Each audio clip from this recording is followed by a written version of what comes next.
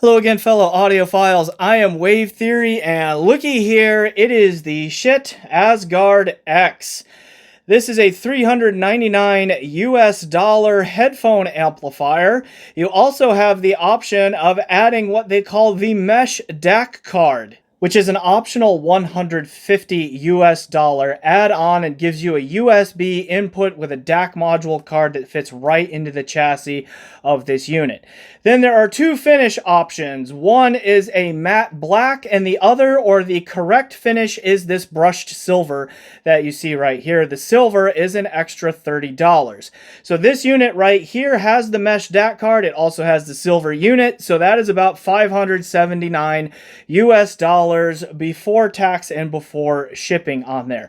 This unit was a channel purchase. However, it was purchased by funds that were donated to the channel specifically for the purpose of buying this unit, okay, by a friend of the channel. So a big thanks to that friend of the channel who I believe wishes to remain anonymous. Thank you so much for donating the funds to buy this.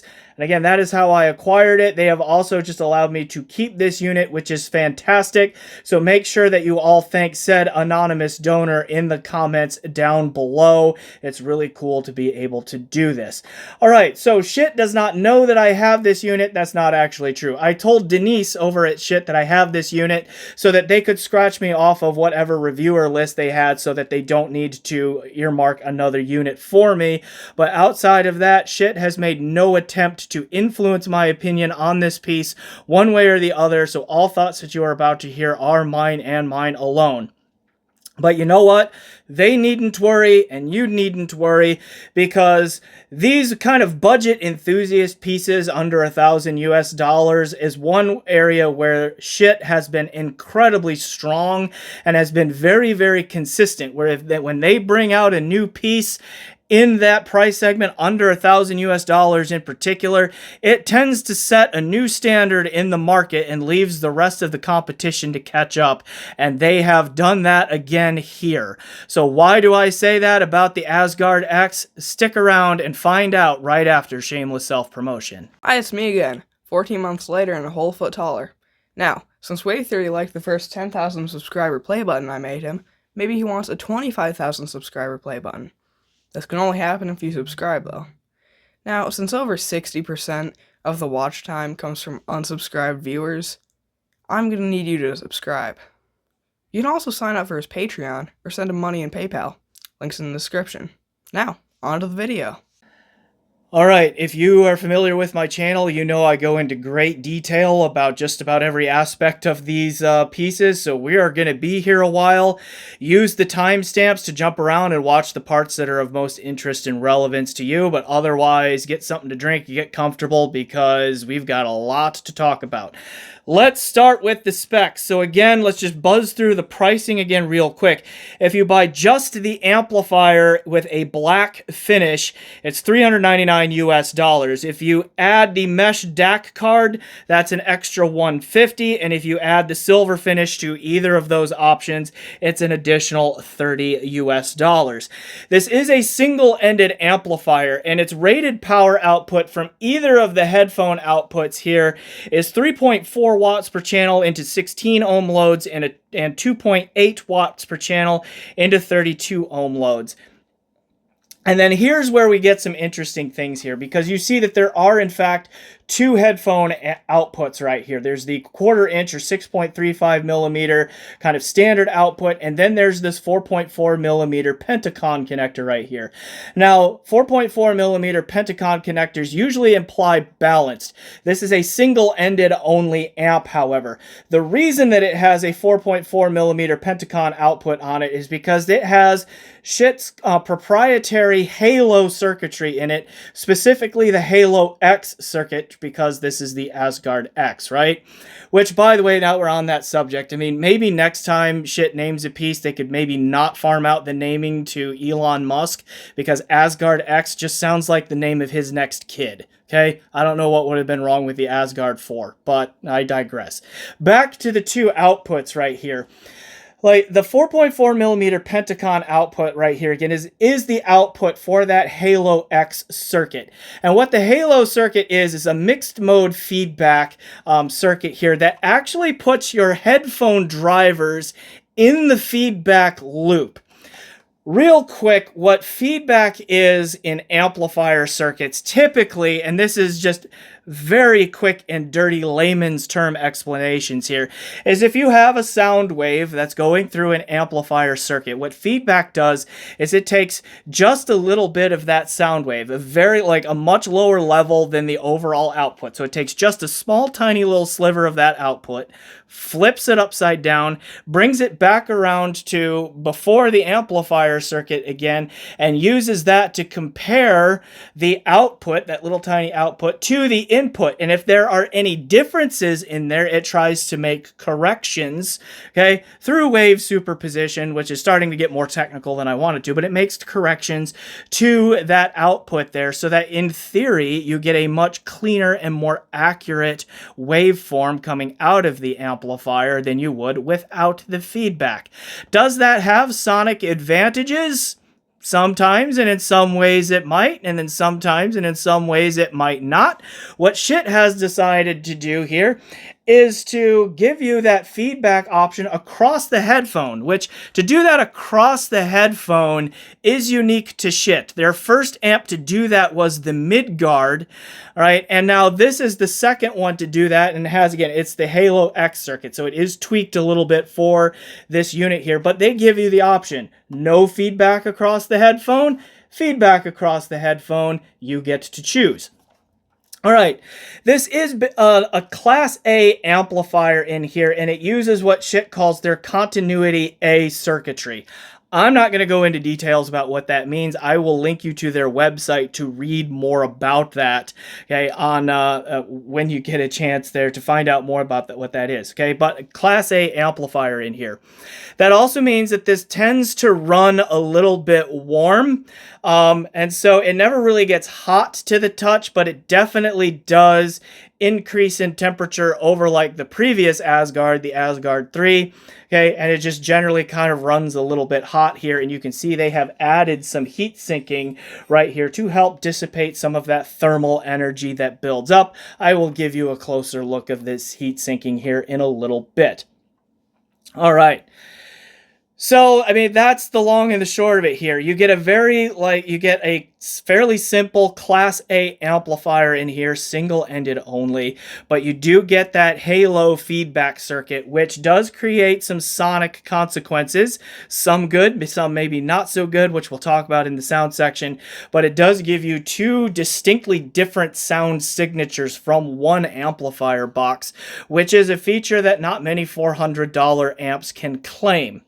All right, with some of that general stuff out of the way, what we're going to do here is we're going to switch up vantage points. I'm going to show you the build of this unit up close, how the build compares to the build of the previous Asgard in the Asgard 3. Then I'll come back on camera.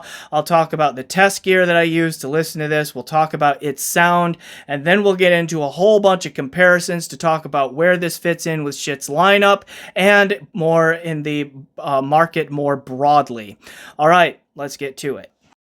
Quick unit tour. Let's compare the build to the previous Asgard because really they are very, very close to identical in their overall builds and aesthetic. Just minor changes on it here. Like one change, I'll slide this back just a little bit so you can see it. The older Asgard, the Asgard 3, has a polished silver finish option, where the silver on the new Asgard, the Asgard X, is more of a brushed finish. So the texturing here just feels a little bit different on it. Like it's just the overall smoothness and all that, not really the same there. The other thing to notice is, like, look at the ventilation. We have these heat sinks right here, which, by the way, there's an orange LED that glows back in there that looks really cool. Cool orange LED glow down inside the Asgard X between those heatsink fins. Cool. Anyway, contrast that with just these ventilation holes that you find on the Asgard 3 right there. Okay, that is one difference there in terms of the aesthetic and all of that. Now, as far as or at least the finish there for the silver units. Okay, as far as the actual, like, front panel and build of the unit here and everything, like, mostly the same. Okay, 1/4-inch headphone output here on the right of either one here. Now we have the 4.4 millimeter Pentacon connector right here for the halo output right there. And we've already talked about what that means, but I mean, that's it. It's not a balanced amp, single-ended amplifier. It needs a balanced connection to do the feedback across the headphone there with the halo circuit. This switch right here selects between the USB input if you get the MESH DAC card in here, or the RCA stereo input, which I will show you in a minute. The volume knob right here, of course, attached to the potentiometer. This is another aesthetic difference right here. See, like, the knurled, shiny silver finish here on the old Asgard, the Asgard 3 volume knob. This one just has basically like this kind of more flat matte kind of silver almost on there. I put this little piece of tape on my Asgard 3 because that little volume knob, bump right there, I have enhanced, first of all, with like a Sharpie. It's hard to see without it, and then I couldn't even see it that well, so I put this triangular shaped piece of electrical tape on there to help me see the volume level a little bit better. But this little notch, like, this is one advantage that the new one has, is that little notch right there is more visible than the little notch on the old volume knob. All right.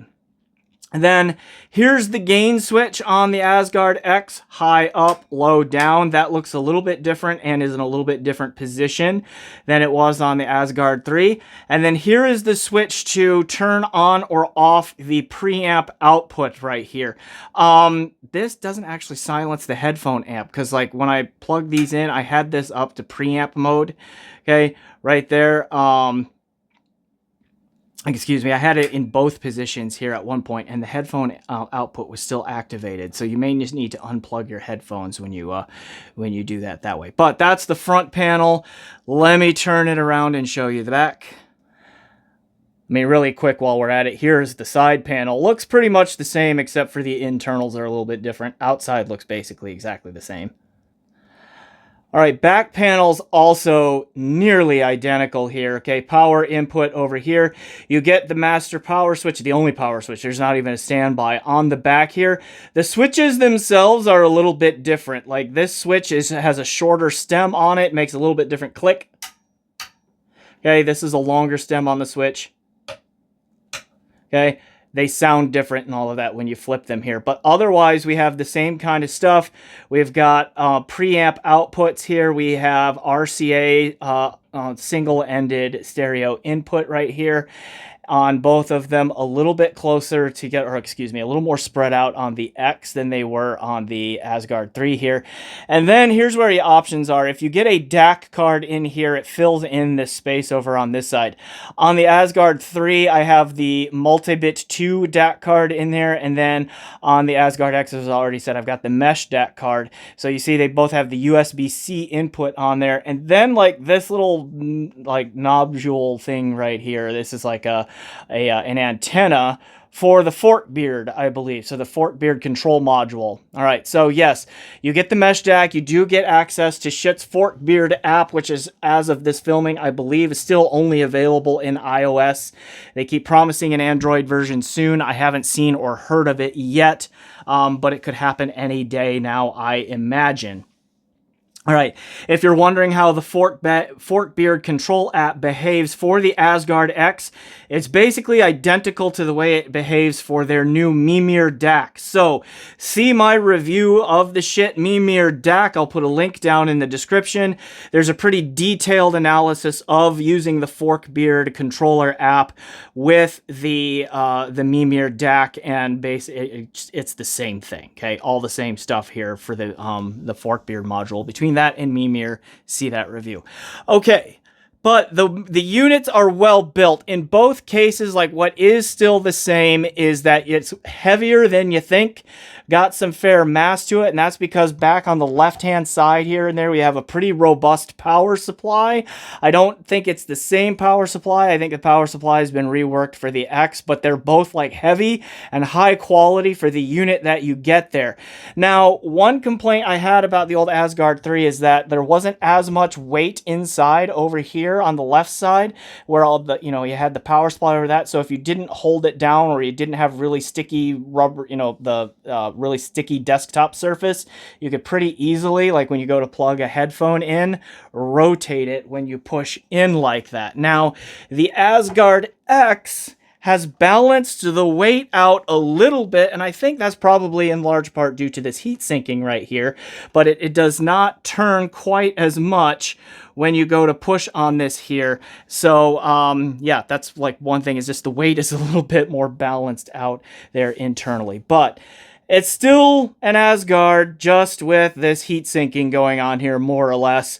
Okay, the aesthetic either works for you or it doesn't. It operates basically the same as the Asgard through all the switches and everything, just with this added preamp on-off switch right here. And yeah, that's it. Like, other than that, you interact with this thing the same, other than, of course, you get this halo output, and you have the option of the Forkbeard control module with the MESH DAC card. Okay, but okay, high marks on the build and aesthetic here, as is usually the case with Schiit gear and this Asgard series. Right, so let's start turning our attention towards sound, and so let me list the gear that I used to listen to this here critically. I am an all-digital music listener, so I would have started with digital music files that would have been lossless or high-res FLAC files or DSD files, either played locally or, in the case of FLAC files, streamed from Qobuz. I also use Roon, so Roon endpoints would have included my Asus ZenBook laptop computer, which is a Windows 11 machine, then direct USB into this unit. I also tried the FiiO SR11 streamer direct USB into this unit, the MESH DAC card here, and allowed the MESH DAC card to feed the amplifier in this, okay, for a fair bit of listening and testing. I also tried my Chord Hugo 2 with its matching 2Go streamer, the 2Go being a Roon endpoint, and then the Hugo 2 being a quite high quality single-ended DAC, so I'd do the RCA outputs of that into the RCA inputs of this device, of the Asgard X.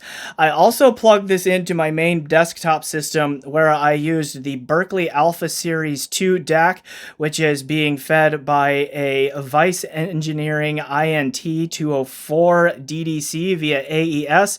That is in turn being fed by a Sonor Ultra Rendu as a Roon endpoint. I also tried the Lampezator Baltic 3 DAC, which is being fed direct USB from a Sonor optical Rendu right now. Both the Lampezator Baltic 3 and the Berkeley Alpha Series 2 are going through an XLR switch and then through a Jensen ISOMAX transformer box that converts the XLR signal to RCA and then RCA into the Asgard X. All right, headphones that I tried were manifold here because I really wanted to get a sense of the difference between the 1/4 inch and the halo outputs on this thing.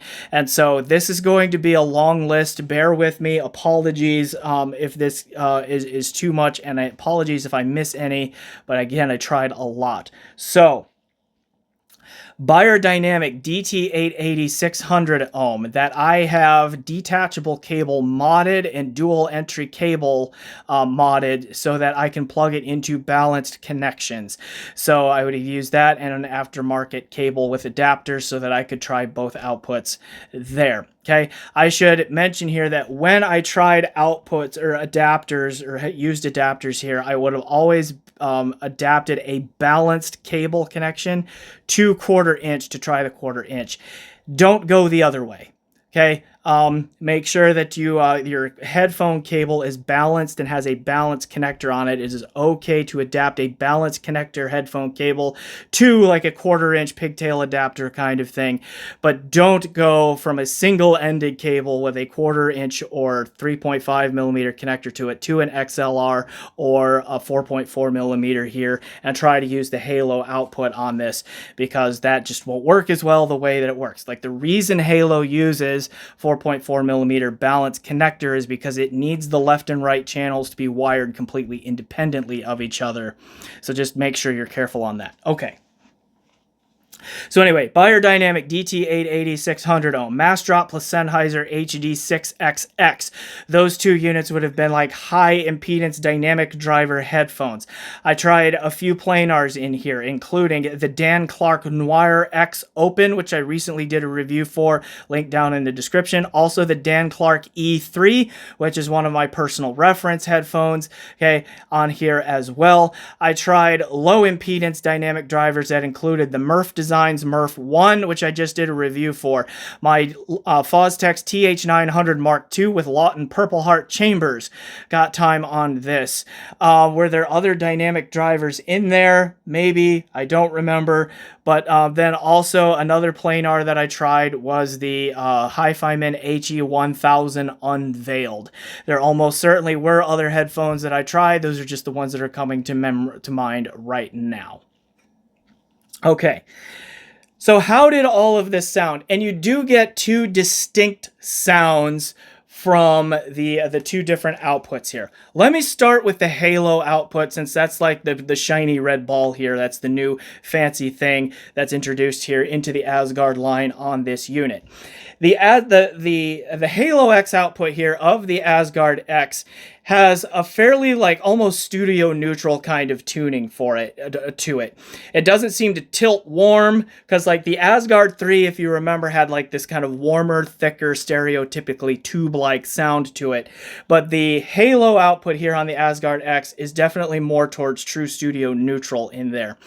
And it's also a little bit more like not necessarily detail forward, but detail focused. It doesn't quite cross into analytical territory to my ears, but it is, again, just sounding to me like it's emphasizing details a little bit more than the 1/4-inch output on it. Okay, dynamics are good. Soundstage is medium in size, I would say. Holography is okay. It is reasonably three-dimensional, good resolution and texturing and all of that kind of stuff. The dynamics from the Halo output are just kind of okay. All right, generally speaking, the Halo output was not my favorite. Okay, out of all of those headphones that I mentioned there, the Dan Clark Noir X Open was the only one that I truly preferred the Halo output on this one over the 1/4-inch output. Okay, and that was in large case because of the way the feedback works there. There are a couple of frequency response oddities on the NXO that's unusual for a Dan Clark headphone, but like it's got a dip around 500 hertz. It's got a peak at about 2.2 kilohertz and all of that. Both of those are a handful of dB out of or away from the Harman target. Okay, what the Halo output seems to do is bring like peaks and dips like that a little bit more back into line with what they should be. Because remember how I talked about feedback working? When it sees something that's a bit out of whack like that, it tends to correct it to some degree. And the Noir XO was a headphone that really benefited from that.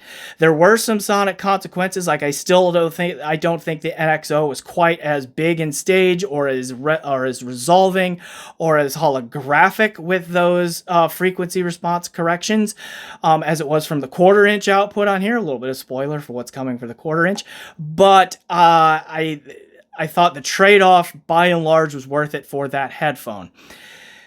The E3, also from Dan Clark, is a much more evenly tuned headphone than the NXO is generally, and that's a headphone where I thought that the two outputs were relatively equal to each other in overall sound quality, the two outputs being the Halo and the 1/4-inch.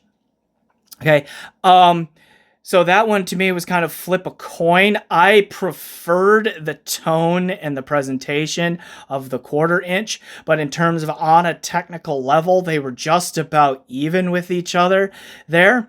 Then all of the other headphones that I just mentioned there in my test gear list, I strongly preferred the 1/4 inch output, both in terms of the overall tone, the presentation, and the technical performance to it. Okay, so now let's talk about the one that I'm really excited about, and that is the 1/4 inch or the 6.35 millimeter output of this headphone, the amp here. So from the 1/4 inch output, you get that warmer and thicker, kind of stereotypically tube-like presentation that the Asgard 3 had. Okay, that kind of presentation made it in here. It's still mostly in the range of neutral. It's like so not so far out of whack that people are going to think that something is wrong with the presentation, but it just has this warmth and thickness and fullness to the presentation that again is kind of vaguely stereotypically tube-like in its sound there. It also has a very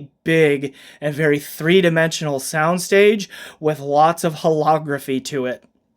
Okay, very good depth in particular for an amplifier of this price here.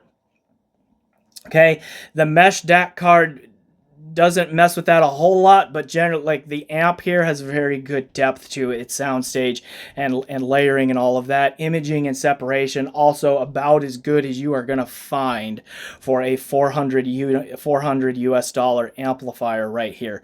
Timbre, also a strength. Voices sounding like voices, pianos like pianos, guitars like those things sound in the real world. Okay, and then dynamics. Okay, Schiit has always been pretty strong at dynamic impact and like snappiness and all of that without it being forced on you or being in your face, and that trait makes it into this unit too. Lots of low-end slam, good, speedy snap to snare drums and things like that. I mean, just an active and lively sound to it, but it's also like not in your face. It strikes this really nice balance between being like smooth and relaxed, but also being engaging and fun in its dynamic presentation.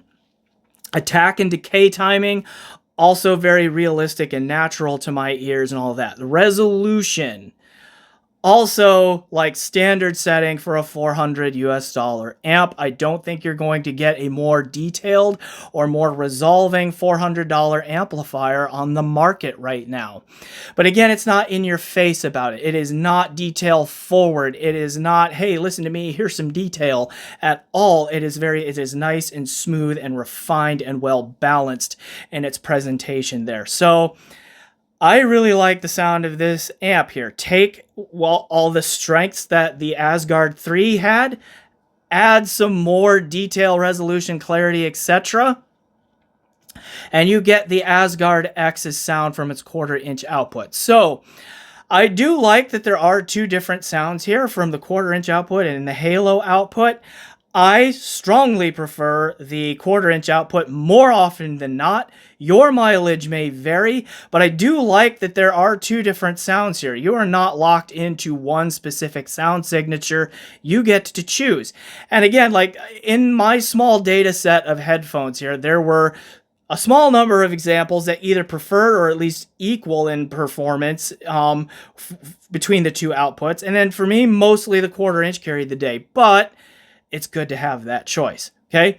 And then again, I just like, it's a fun and enjoyable amp to listen to. There were a lot of times where I just kind of got lost in the music and forgot that I was supposed to be analyzing the sound. Okay, but I did still analyze the sound for you. So what I want to turn to now is some comparisons. I will compare the amplifier section to the Asgard 3 and to another slightly more expensive amp here so we can get a real feel for the true level of performance of the Asgard X's amplifier. I'm also going to compare the MESH DAC card to its predecessor in the Multibit 2 DAC card, also from Schiit, and then also the Schiit Mimir 2 DAC, at least the RCA outputs of that unit, which I also recently did a review for. All right, so let's check in on all of that. Here we go. All right, I want to compare the sound quality of the Asgard X to several different pieces of gear out there. And the first one we'll do that is with its immediate predecessor in the Asgard 3. Why? Because, well, they clearly bear the same name. This is the successor. How does it improve over its predecessor? And as I've already said, like, their presentations just as amplifiers. Let's leave the DAC cards for a moment and just talk about them as amplifiers. Their performance as amplifiers has very similar presentations, at least from the 1/4-inch outputs here on this one, where the overall sonic profile is just slightly warmer and thicker than true neutral. So they both kind of lean into the stereotypical tube sound, if you will, there. All right, so that is one key way in which they are similar, and then they both have this really dynamic and holographic presentation with rather large soundstage and really good solid natural timbre for their price point. So that is a trait the Asgard 3 had that the Asgard X also shares, again from the 1/4-inch output here. Now again, the sonic character, and one way that the Asgard X is going to differ from the Asgard 3 is that you get a little bit more neutral sound, a little bit more neutral and detail-oriented kind of sound out of the Halo output that the Asgard 3 cannot offer. So in the Asgard X, you really could argue that you get 2 sound signatures in one box for $400, whereas with the Asgard 3, you got what you got for, starting at $199 and eventually being $279 there. But the point is, you only got one sound for that price. Okay, but going back to comparing 1/4-inch output of the Asgard X to what the Asgard 3 did, because that's the most direct comparison, is even though they are presentationally similar, you can tell that they're from the same model line, that they are sibling units. The Asgard X is a technical step up in just about every area.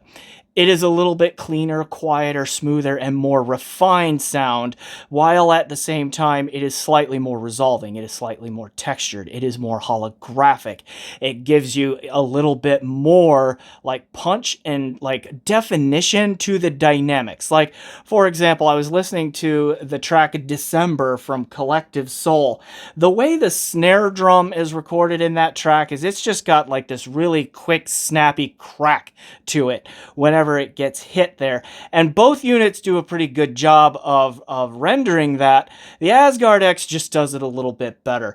There's just a little bit more cleanliness, clarity, and definition to both the attack and the decay of that very aggressive snare in there. And it's just a little bit snappier, more lively kind of sound in it without coming across as being forward or aggressive about it at all either. A nice balance there.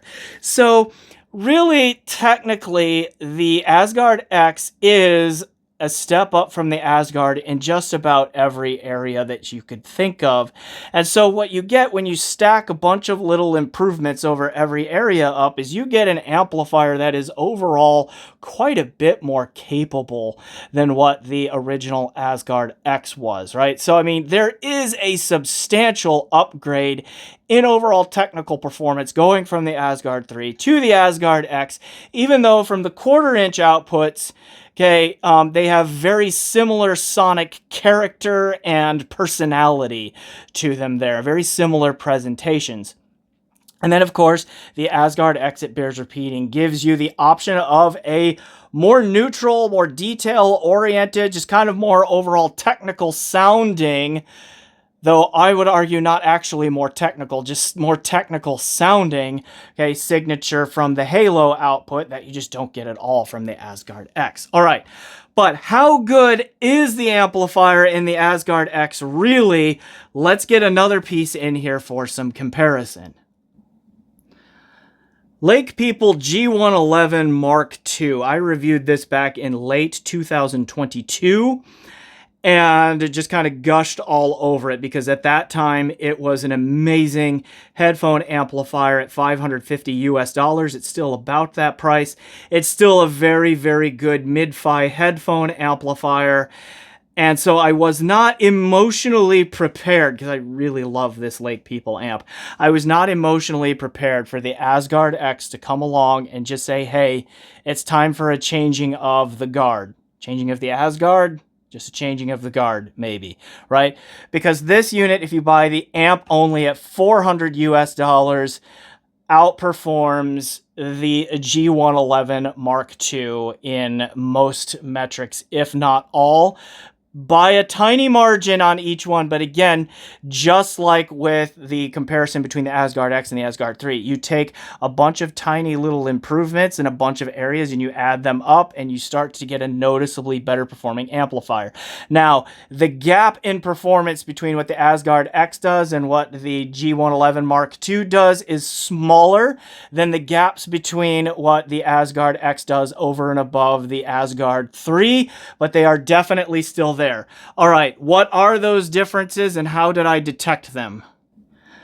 The first comparison I did here is I used my Chord Hugo 2 with its matching 2Go streamer, RCA output from this, and I used this DAC because it's the highest performing like single-ended only DAC that I have. Right, and then like had a pair of RCA cables going into each amp here individually. So like when I would switch, I'd have to actually unplug the RCAs from one amp and put them in the other amp. Was a little bit cumbersome, okay, but it worked. And then the first headphone that I used was this one here. This is the Hi-Fi Min HE1000 Unveiled. Okay. What happened here? On this HE1000 Unveiled, I noticed that the Asgard X had a little bit bigger soundstage than the G111 Mark II. It had a little bit more spatial holography to it. It was just slightly more three-dimensional. It did just a slight bit better job of like placing instruments in the sound field, giving you a sense of size of those instruments, and then putting space around them in a very natural and convincing way. Again, just a smidge better than any of those things that the Lake People Mark II or the G111 Mark II was doing.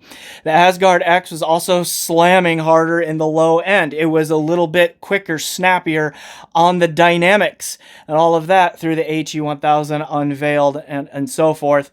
Okay, it was winning in just about every category. It was a little bit more resolving, a little bit more texturing, just a little bit more everything. Now, the signature differences are present here because the G111 Mark II is just a little bit closer to true neutral in its presentation. It is not quite as thick sounding or as wet sounding, if you will, as the 1/4-inch output is on the Asgard X. If you prefer the sound of the halo output, okay, on the Asgard X, that's getting closer to what the sound is like from the G111 Mark II, but I do think the G111 Mark II's sound is overall more technical, more resolving, more textured, more three-dimensional, more holographic, just a little bit more dynamic and so forth on that than the halo output is. Again, I don't love the halo output on the Asgard X, okay? But its signature is closer to what the G111 Mark II gives you, but the G111 Mark II just gives you a higher quality of sound than the halo does. But again, the 1/4-inch output gives you the warmer and thicker, more tube-like presentation, but a more technically proficient presentation than the G111 Mark II at that, with the HE1000 Unveiled. Again, huge gap? No, not at all. It's a pretty tiny gap, but it is there, it is detectable, and I was pretty surprised by that, and as I said, not emotionally prepared. All right, but if I wasn't emotionally prepared for that to happen on this headphone, then the story gets worse for me from there in terms of emotional readiness because the advantage that the Asgard X had over the G111 Mark II got even bigger with the Mass Drop Sennheiser HD6XX. Why is that significant? Well, the 6XX is a 300 ohm headphone, basically, which is the Sennheiser HD650, okay? Almost identical to that. Lake People's jam, the thing that they have been really, really good at for a very long time, is driving these high impedance dynamic driver headphones, okay? They have really excelled at that. the G111 Mark II is good for everything, but again, like it's excellent for those high impedance cans. But the 1/4 inch output of the Asgard X, again, noticeably outperformed the G111 Mark II with this headphone. How so? Well, lots of bass. I mean, a ton of bass. I could not believe how much bass and good, clean, punchy, clear, non-distorted bass I was getting out of the 6XX here. All that. Good bass out of the G111 Mark II. Great bass. Huge bass. Fun bass out of the Asgard X. Okay, that was thing one. Thing number two, the soundstage. The 6XX is not a big staging headphone, or so I thought until I put it on the Asgard X. I'm not saying that it's going to throw a stage as large as something like those egg-shaped hi-fi mens do, or like the Meze Empyreans or Elite do, okay, or even Sennheiser's HD 800 series. It's not going to throw a stage that big, but however big you think the soundstage of the 6XX might be from the Asgard X, it's probably actually a little bit bigger, okay? I was really surprised by that. Okay, definitely bigger than what the G111 Mark II is. Now, soundstage size is not really a good, bad, better, worse thing. It's just very much preference thing. I tend to like a big soundstage, but what was really remarkable is that this headphone, which is kind of known for being a little bit more on the intimate side with its soundstage size, sounded much more vast and large through the Asgard X. The other part of that was equally surprising was, how the imaging on the HD6XX is often described as like 3 blob, meaning there's information in the center, there's information on the left, there's information on the right, but left center and left right are like kind of missing. They're not really fleshed out very well. Okay. I'm not saying that it became amazing or the best imaging headphone that you can hear on the Asgard X, but I am saying that the gaps, okay, the perceived absence of left center and left right got filled in a whole lot more than I expected them to. I mean, a whole lot more. Okay. And so then just add to that you got a little bit more detail.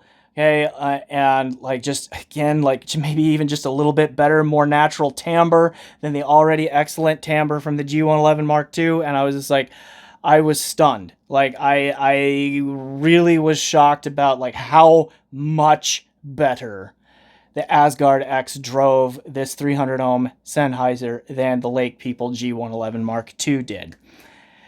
And again, I want to stress the Lake People G111 Mark II is a very good headphone amplifier, but it is a 3-year-old model now. And it's just gotten caught, okay, by the Asgard X, by Schiit, in terms of what you can get on the price performance spectrum. I wasn't ready for that. I didn't expect it to happen. I usually don't like going along and saying cheaper thing outperforms more expensive thing, because claims like that get thrown around really recklessly in the review sphere, in my humble yet correct opinion. But not this time. Okay? I was pretty floored by this, and that's the reality that we now live in. All right.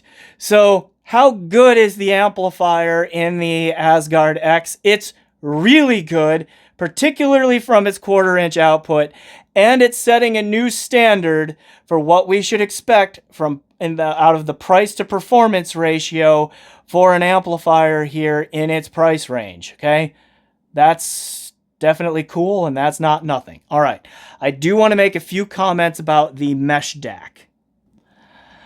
All right, I dumped this pile of shit on my table right here because I want to talk about how the MESH DAC card in the Asgard X compares to the Multibit 2 DAC card that is currently in my Asgard 3, and then the performance of the Mimir DAC, at least from its single-ended output.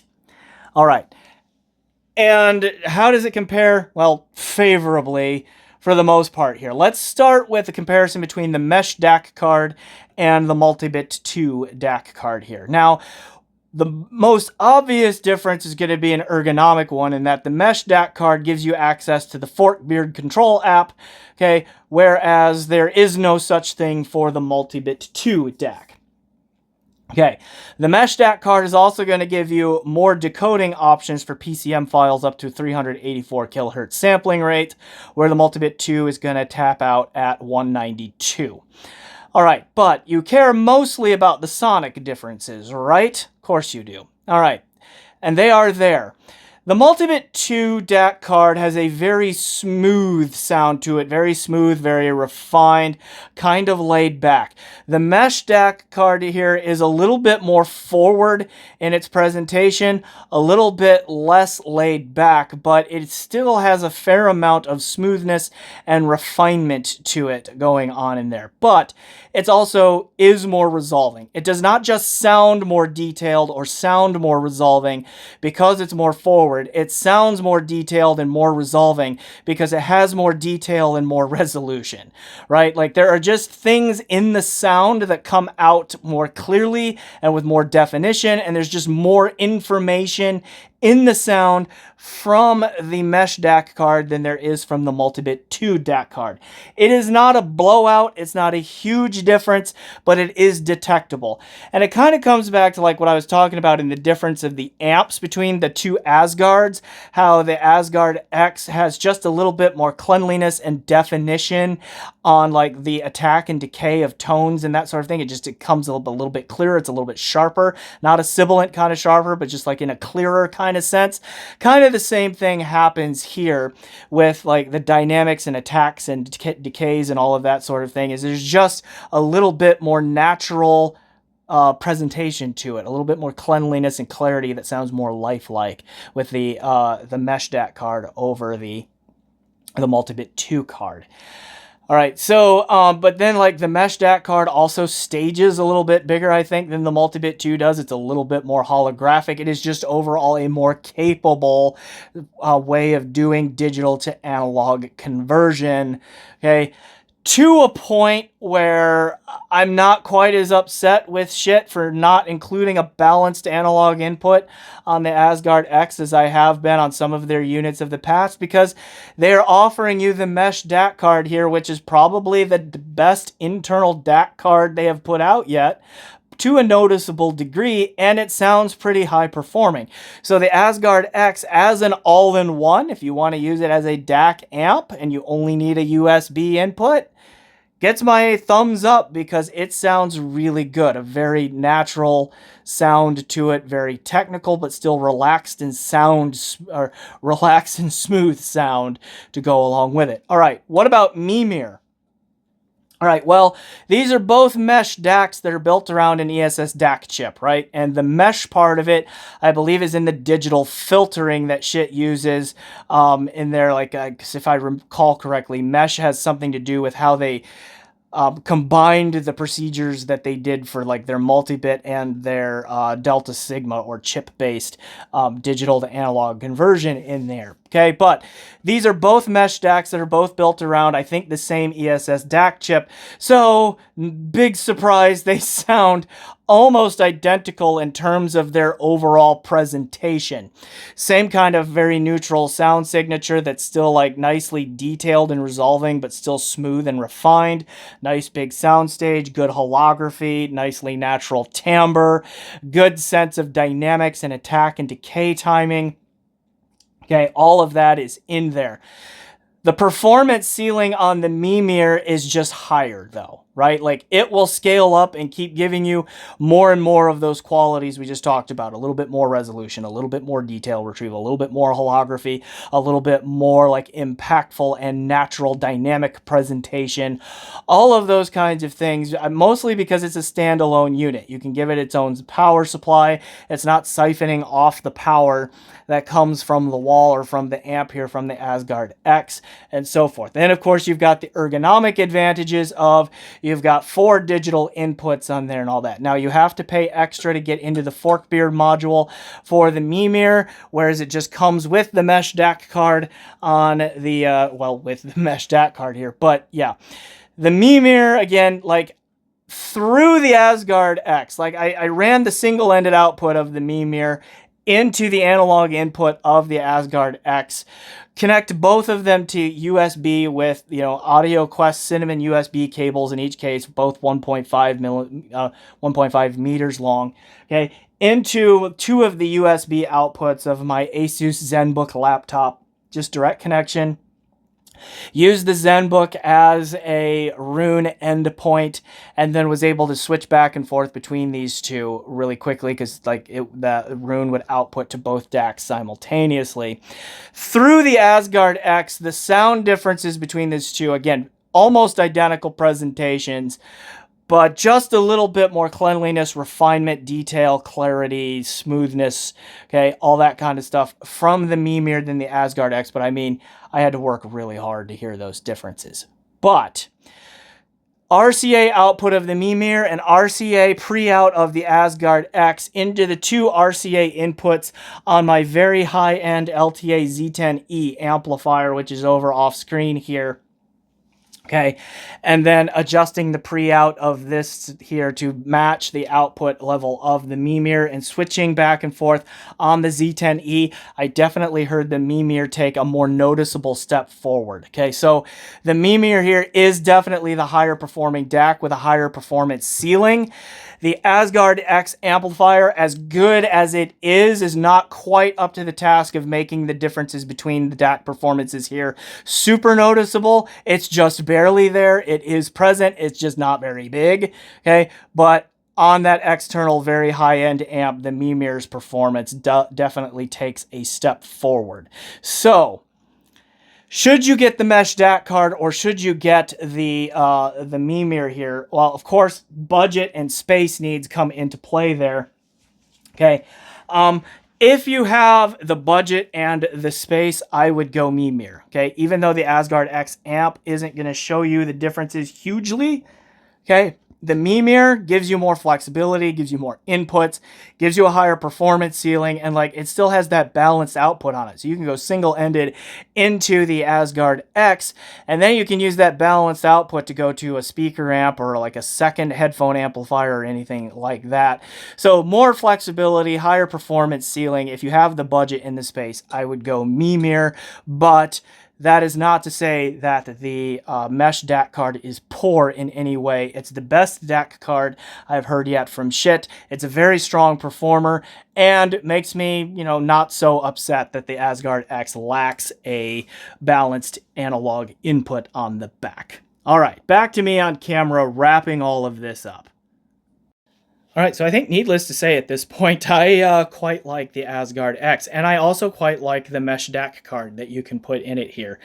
A complaint I have had about Schiit products before when they don't have a balanced analog input is that they don't have a balanced analog input, and that is because the DAC market is just heavily skewed towards balanced DACs that sound better from their balanced outputs than their single-ended outputs. The quality of the MESH DAC card and the existence of the Mimir right now takes some of the heat off of Schiit for doing that because they give you two options within their own brand for doing that. Now, that said, if I had to identify some complaints about the Asgard X, it would be that I still think it would benefit from having a balanced analog input. Okay? Would be nice to see that come in the future. I'm totally okay with it being a single-ended amplifier, but that's just one room for growth here in Asgard X Mark II. I don't know. Next complaint: don't name it like it's a Elon Musk product. And the only other thing, and I haven't mentioned this yet, is that the USB input on the MESH DAC card is not galvanically isolated to my knowledge. And so much like the Mimir DAC in that review when I talked about that, you do get some benefit by giving it as clean a USB signal as you possibly can. Passive filters can probably help a little bit, but just focus on cleanliness. Plugging into a noisy desktop gaming computer is probably not the best idea. It'll work. It'll still sound good. You're not going to damage anything. It's just you can get a nice little bump in performance if you use a cheap streamer like a FiiO SR11, or even if you use a passive filtering device like a JDS Labs Synapse or something like that. Okay, but Best headphone amplifier you can get for under $500. Clearly, it's probably one of the best headphone amplifiers you can get under at least $800 US. Sounds really good. The MESH DAC card is another big step forward for Schiit in their DAC card implementations. Sounds really good. The MESH DAC card and the Asgard X combined are a very fine sounding all-in-one unit. Save you some space. They are just basically limited that you only get one single USB input, no other options there. That's probably the biggest drawback to it, unless you have 500 SACDs and you need DSD support, which it doesn't do. But does the Asgard X overall get my recommendation? Absolutely, particularly from its 1/4 inch output, which I like much more than the Halo output, much more often than not. But it is nice to have those two different sounds in it. So yeah, the Asgard X is the real deal, and yeah, I do think it sets a new standard in the market for headphone amplifiers around this price, and it's a pretty compelling all-in-one when you put it together with the MESH DAC card. Well done to Schiit. It's going to be up to the rest of the market now to catch up with what they are doing. All right. I'm Wave Theory. Thanks for watching. Please remember to like, subscribe, comment, check out my PayPal and my Patreon. I also have channel memberships available now, so please consider joining one of those if you want to help support the channel.